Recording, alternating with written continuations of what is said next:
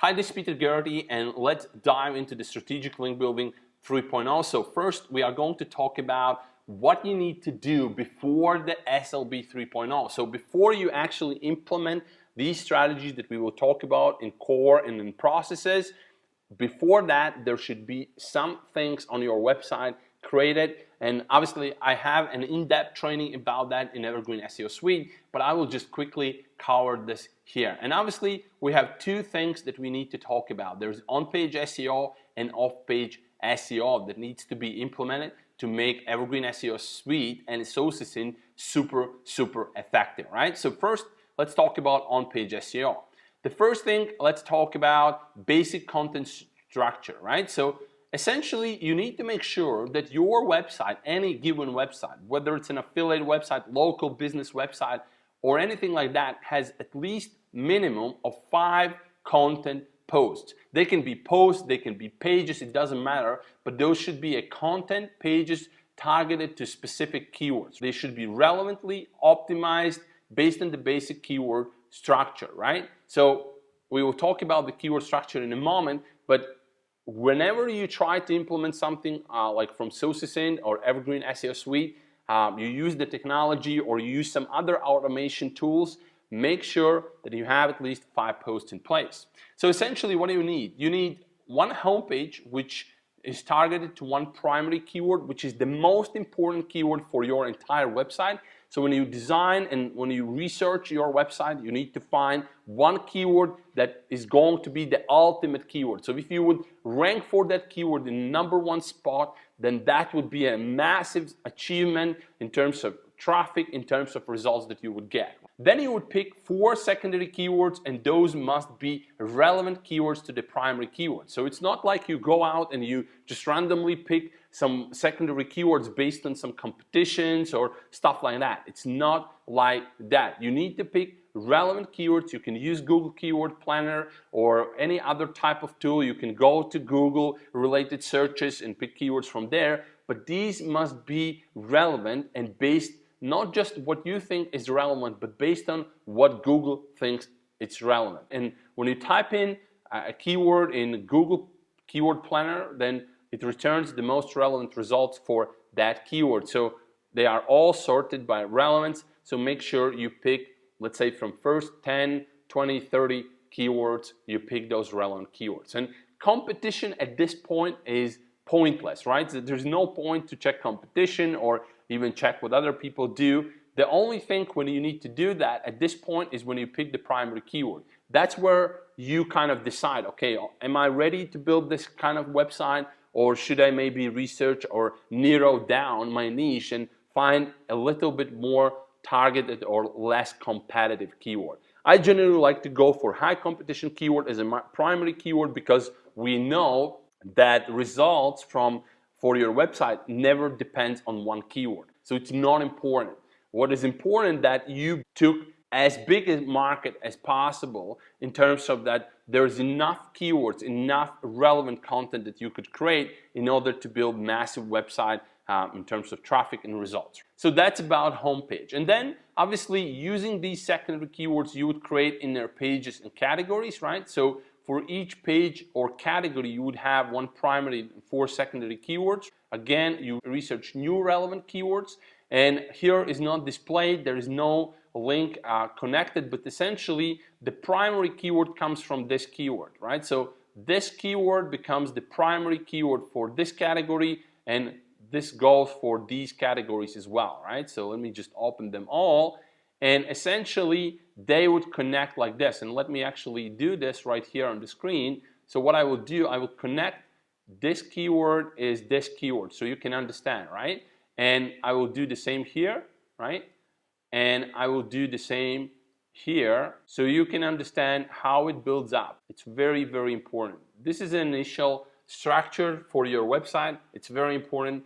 Now, some people might ask when to use pages, when to use categories. So essentially, what I have found in my business is that I usually use pages when I create a local business website. That's when I use pages, and I use categories when I create like general type of affiliate website or something like that. But generally you create a category and then you just publish a first post which is relevant to these keywords. It's not like these keywords become a category keyword. No, it's not like that. You can name your category whatever you want. Especially you want to name your category so that it's attractive to your target audience. So when they see the category, they see, all right, this is about the topic that I'm interested in. So they click the category on the sidebar and they then see the posts.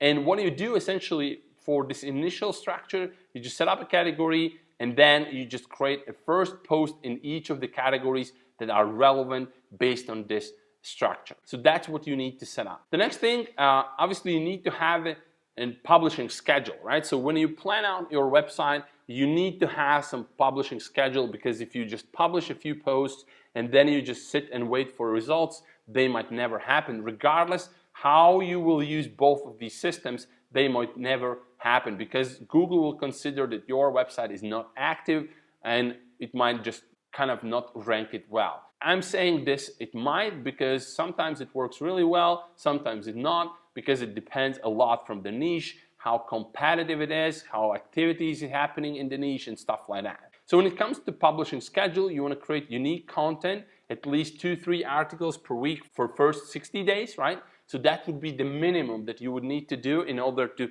sustain the growth of the website and really show that this is a huge website with a big potential. And then you would create a curated content, which would be at least 1-2 articles per day for first 60 days. And I would just wait like this. I would publish the first 5 articles. I would make sure that Google index them, that Google see them, so Google can define the relevancy of those. And also, if you are using my P1 content magnet tool, which helps you with on-page optimization massively, then use that tool, optimize those websites based on that strategy, because it's very important.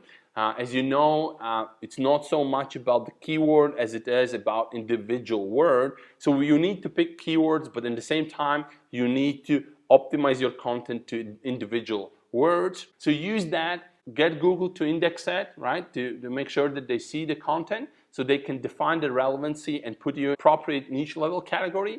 And then maybe 7-10 days later, start to post 1-2 articles per day, which is curated, high quality, curated content. So that's initial stage when it comes to on-page SEO.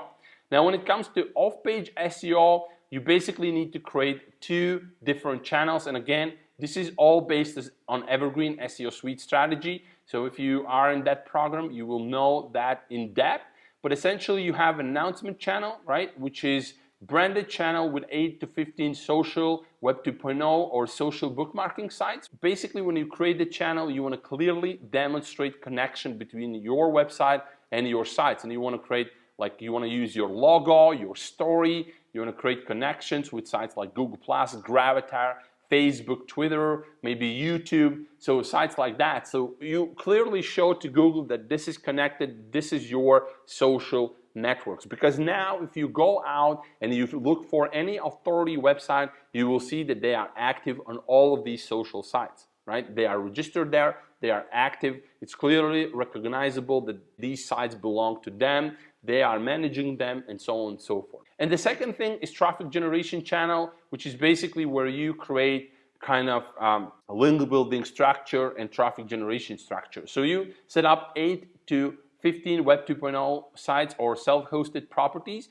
based on 4 main subtopics of your website. And when we look at the subtopics, then let me just drag the relation here. It's basically this.